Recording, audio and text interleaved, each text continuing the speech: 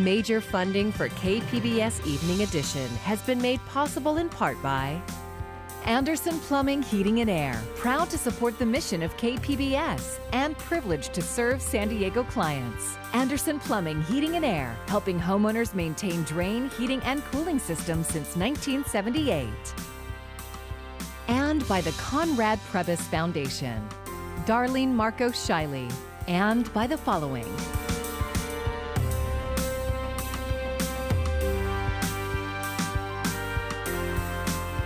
And by viewers like you. Thank you.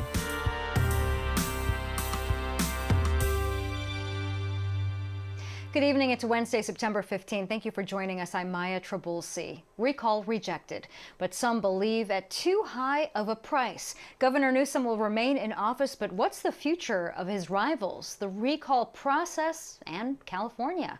Our coverage begins with KPBS Metro reporter Andrew Bowen. Newsom gave his victory speech in Sacramento, saying the vote was California's rejection of former President Donald Trump's brand of politics. We said yes to science. We said yes to vaccines. We said yes to ending this pandemic. We said yes to people's right to vote without fear of fake fraud or voter suppression. We said yes to women's fundamental constitutional right to decide for herself what she does with her body, her fate and future. Newsom's margin of victory was nearly 30 percentage points. That will likely give him a boost ahead of his 2022 re-election campaign. And it could also change how he governs. UCSD political science professor Thad Kauser says Newsom has been relatively timid on many controversial issues. I think he may be emboldened to take some stronger steps on progressive issues, things like single-payer health care, police reform, that if he wants to have those national ambitions for 8 years, 2 or 6 years from now, really, he's got to run on that record. The recall also suggests Trumpism is still the dominant force in Republican politics. Conservative radio host Larry Elder emerged as the top replacement candidate, though clearly not one that can win statewide office in California. Former San Diego Mayor Kevin Faulconer trailed far behind Elder. That suggests, at least for now, his more moderate politics are increasingly out of step with California's GOP. Andrew Bowen, KPBS News. And as for Larry Elder, he made it known to his followers that although he concedes Newsom won this recall election challenge, his political fight and future is not over. My opponent, Governor Gavin Newsom, come on, let's be gracious. Let's be gracious in defeat. And by the way, we may have lost the battle, but we are going to win the war. And Elder went on to criticize Newsom for what he claimed is rising crime in California and an unchecked homeless crisis. Elder also referred to himself as a, quote, former radio host, end quote, and argued that racial divisions in America are wildly overblown.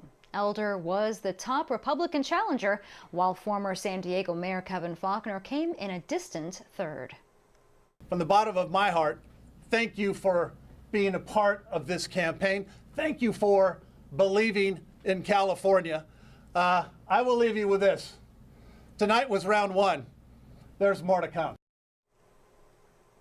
And while the numbers weren't what the Faulconer campaign was hoping for, they say the recall gave them an opportunity to grow their network outside of San Diego and use it in a future endeavor.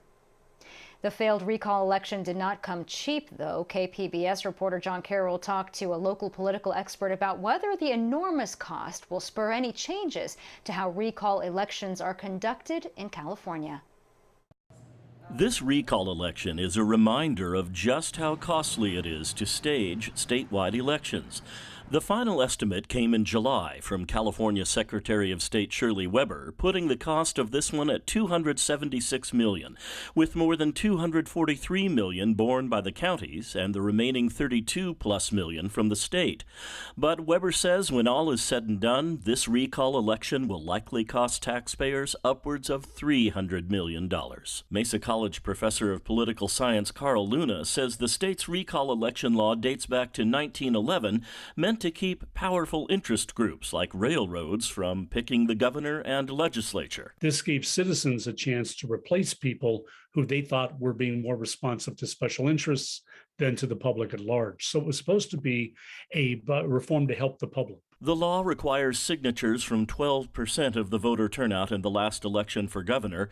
In this case, that worked out to nearly 1.5 million people. But Luna says powerful, wealthy people have figured out ways to work the system. Remember, all those people that are out in front of the Trader Joe's signing people up for these initiatives are being paid to be there. The more money you have, the easier it is to qualify something for the ballot. A couple of reforms are making their way around the halls of the legislature. Democratic State Senator Josh Newman of Fullerton has proposed numerous changes, including banning paying signature collectors and upping the threshold to qualify for a recall election. But Luna is skeptical of those proposals going anywhere. Everybody's upset about it. And the next thing you know, we're thinking about Thanksgiving and Christmas, and then it's going to be the primaries. And by the time we get back to thinking about it, it'll be the next event, the next recall. Or the next election, which is a little more than a year away, when Gavin Newsom will run once again to keep his job. John Carroll, KPBS News. Education has been especially impacted by politics and the pandemic. With the recall behind us, where does that leave San Diego schools and parents who have struggled to keep up with changing health mandates? KPBS education reporter MG Perez has the story. Parents are lined up early for Wednesday's midday dismissal here at Hardy Elementary in the college area. While they wait, they have something to say about last night's recall election results. Relieved. Happy. Yep. Because? We have our governor. I'm glad it's over, and I'm glad Newsom won because we need to put on our mask. That way everybody stays healthy, and the ones that don't put it, they're the ones going to the hospital, and I feel sorry for them. The recall is over, but the controversy is not. Leadership of San Diego schools is more important now than ever, and those in charge are being graded. San Diego Unified Board members voted Tuesday on job reviews for former Superintendent Cindy Martin, who resigned in May to join the Biden administration, and her replacement interim superintendent, Dr. Lamont Jackson. They were not graded with letters or scores, but with this scale: beginning for work started with no evidence of progress yet, developing for projects started but still being implemented, accomplishing for work with evidence of progress, extending means the superintendent accomplished the work and there is a significant impact on students. Both leaders received credit for extending efforts to secure funding for early literacy intervention, and both have accomplished progress in cultivating inclusive and anti-racism programs. We are committed to making real change in a way that makes the experience of our students going forward different from what it has been historically. On the first day of school, August 30th, Dr. Jackson was clear on his intention for this year. We are committed to our students, whether that be the social emotional learning, whether that be the academic learning. We are all in. Whether that commitment will include a new vaccine mandate is still to be decided, but no decision is expected before the next board meeting on September 28th. MG Perez, KPBS News. And some promising pandemic news for California. Transmission rates are dropping. The CDC says the state's coronavirus transmission level has fallen from high to substantial. That is the second highest of 4 tiers. In percentage terms, California has seen a 27% decline in weekly cases over the last 2 weeks. It's a hopeful sign, though, that the summer surge fueled by the Delta variant is subsiding. California is the only large state to improve in the tier levels and high vaccination rates. Indoor masking practices are being credited. Coronavirus infections have increased exponentially among children across the U.S. in the last week. That's according to a well-known pediatric group. So where do we stand on getting children under 12 vaccine eligible? Here's Mandy Gaither. The war on COVID-19 hitting the young hard. The American Academy of Pediatrics reports more than 240,000 new cases among children over the past week. Pediatric cases now account for nearly 29% of all cases reported nationwide. Before schools opened, we knew that children congregating and school districts without having mask mandates, children who are not able to get vaccinated, was a prime vector to spread disease.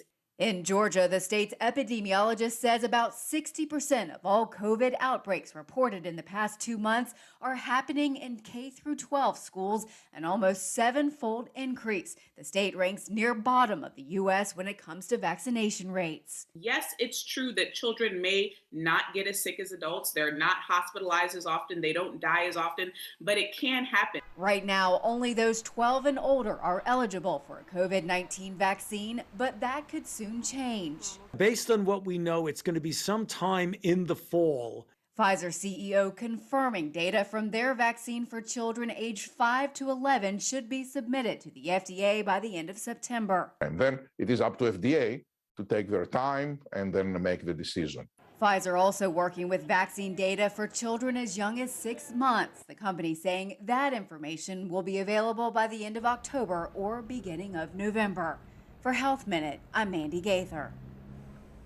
COVID-19 booster shots may not have as big of a benefit as some experts had hoped. That is according to a briefing document released by the U.S. Food and Drug Administration. The document focuses on the Pfizer biotech vaccine, and it states that the benefit from boosters could be more limited if the primary vaccine doses are still effective. An FDA Vaccine Advisory Committee is scheduled to meet Friday to discuss the data on a 6-month COVID booster. For the latest on the pandemic and resources, you can check out the Tracking COVID-19 section at kpbs.org, and that includes details on vaccines, the latest case numbers, and our local reporting. You can get there by clicking the link on our homepage. San Marcos will become the next city to ban smoking and vaping in outdoor patios and dining areas. Council members voted unanimously to pass the ordinance last night. Signs will be given to businesses notifying customers of the outdoor smoking and vaping ban. The policy will get a second reading at the next council meeting in 2 weeks and then is set to go into effect 30 days later. First, it was the Ocean Beach Pier, and now another local pier is in need of repairs. KPBS reporter Melissa May explains why the Imperial Beach Pier was forced to close. The city of Imperial Beach notified the Port of San Diego on Monday evening that a piling from the Imperial Beach Pier had fallen off. In an abundance of caution, the pier was immediately closed to the public. It's tough anytime you get an iconic piece of infrastructure that you have to shut down. But we're always going to side on the side of caution.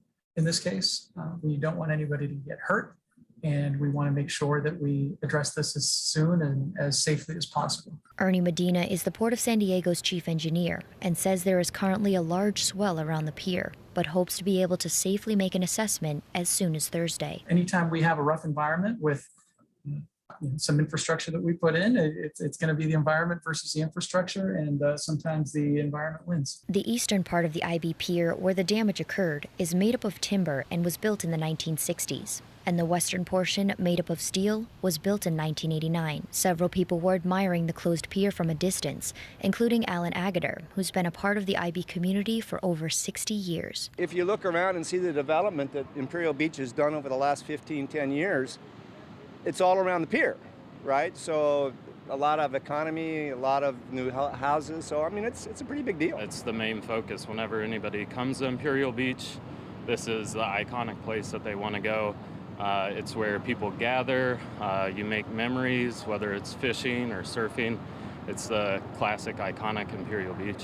Dane Bolding is a local surfer and has called IB his home for over 30 years. He happened to be on site the night the piling fell off the pier. It's a bummer that it's broke, but it's not the first time. I hope it brings awareness in the community that we need to invest in the iconic pieces of Imperial Beach and focus our money on areas that serve the public. Residents say it would be a huge loss to the IB community if the pier permanently closed. You know, it'd be like losing a family member. You know, that pier has been here ever since I was a little boy. Melissa May, KPBS News. The National Forest Service has extended the closure of the Cleveland National Forest for at least another week. The federal agency took the extraordinary step to close all national forests in California at the end of August. That closure was due to expire on Friday. The service lifted the closure 2 days early for national forests in Northern California, but the Cleveland National Forest is one of 5 Southern California preserves that will remain closed until September 22nd.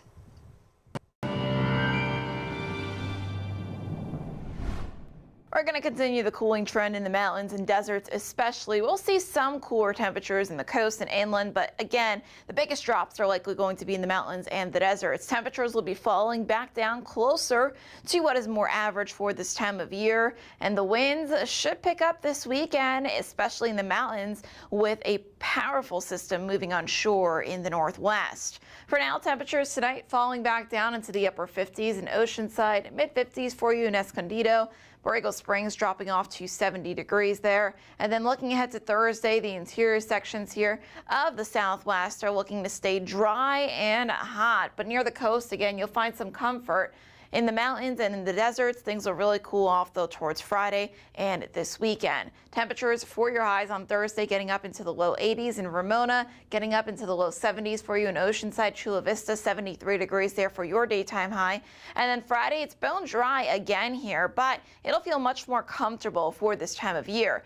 All the heat begins to shift a little bit further off to the east here on Friday. Near the coast, temperatures are generally going to be sitting in the low to mid 70s here, so pretty much right on par with what is average for this time of year. Further inland, upper 70s, low 80s here, not a whole lot of change in your 5-day forecast, but the big changes again are going to be in the mountains, where we're going to be dropping off from, we were in the 80s recently, we're going to drop into the low 60s, and those overnight temperatures Saturday night, Sunday night could be falling down into the low to mid 50s. So that's some much cooler air that is on the way here, and we'll actually see a nice little drop off in the deserts too. Temperatures will actually fall out of the triple digits and back into the upper 90s with plenty of sunny days ahead. For KPBS News, I'm meteorologist Jessica Pash.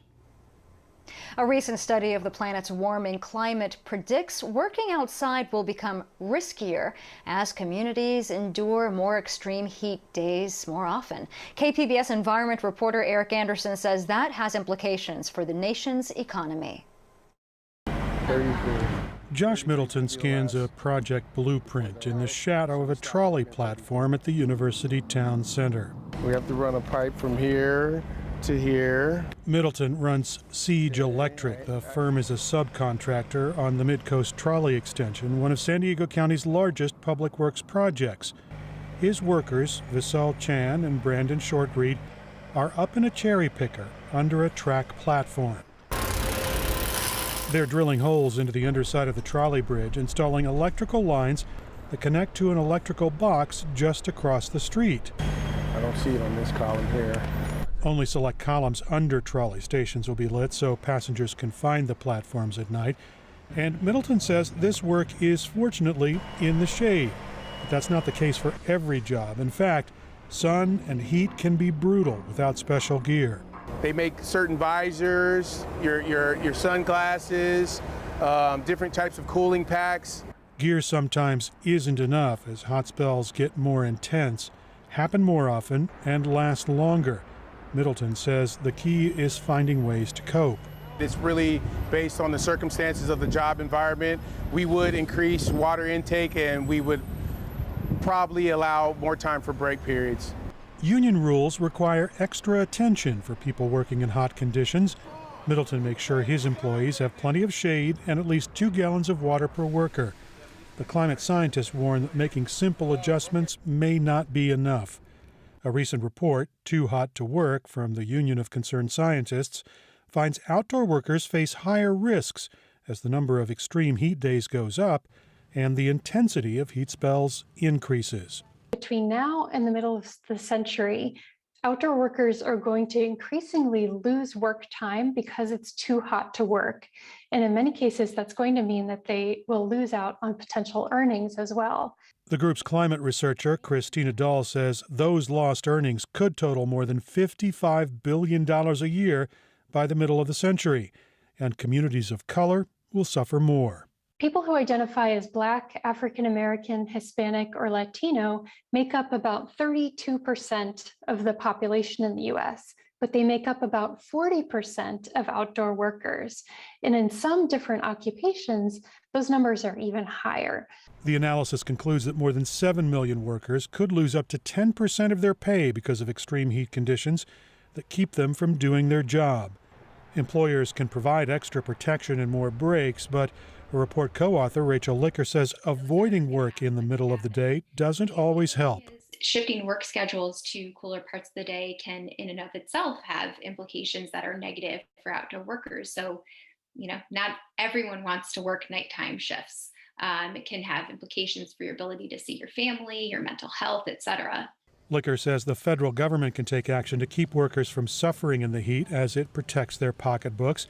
She says all those lost wages could have negative effects on local, regional, and national economies. But Licker says slowing climate change remains the best strategy for avoiding extreme heat. We can save, tens of billions of dollars in outdoor worker earnings if we take action now. And those solutions to climate change we have in hand.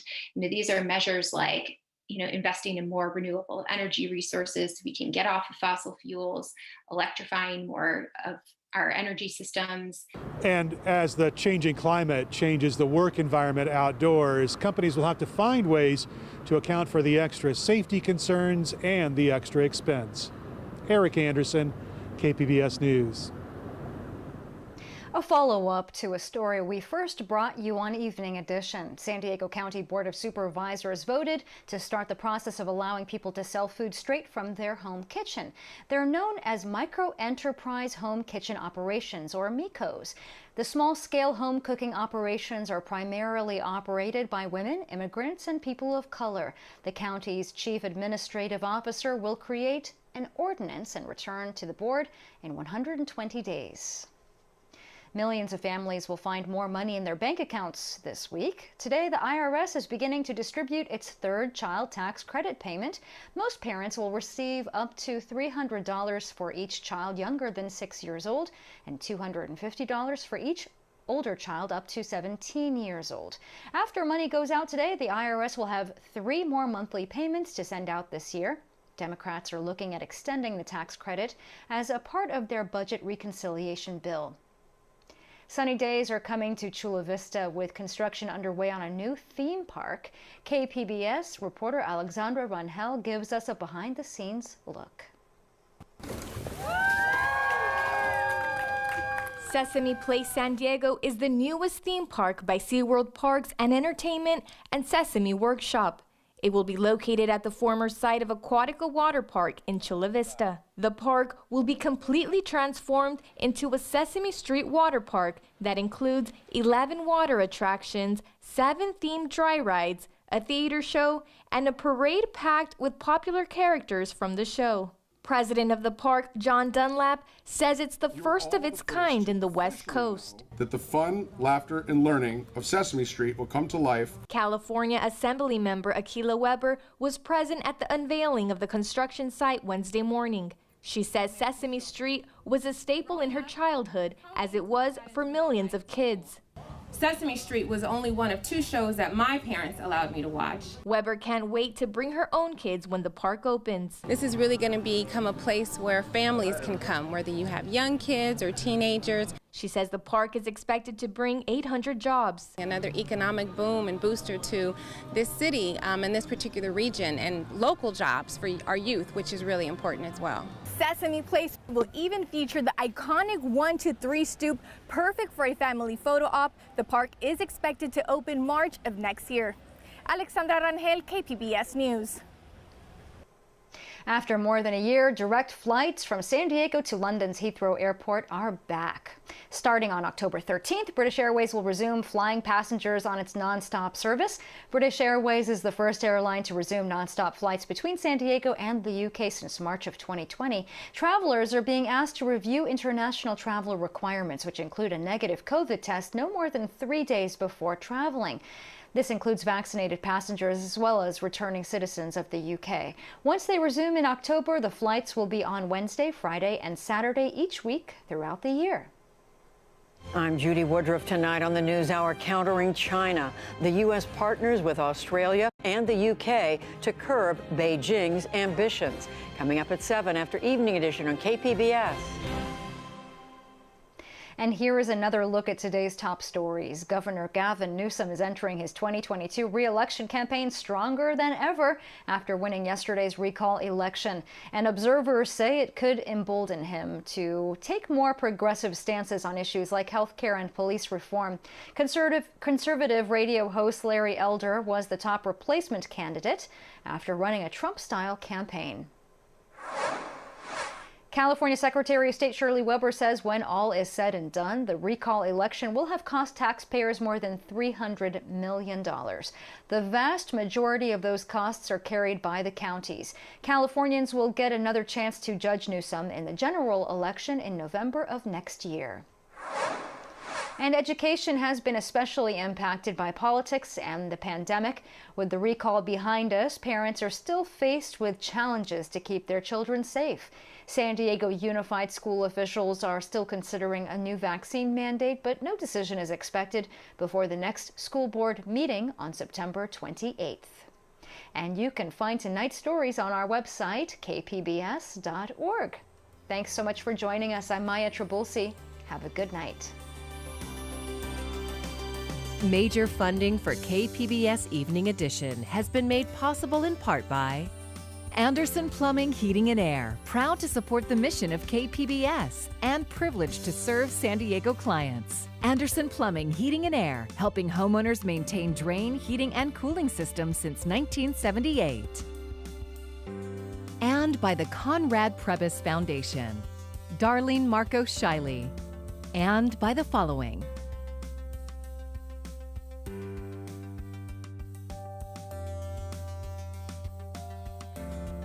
and by viewers like you. Thank you.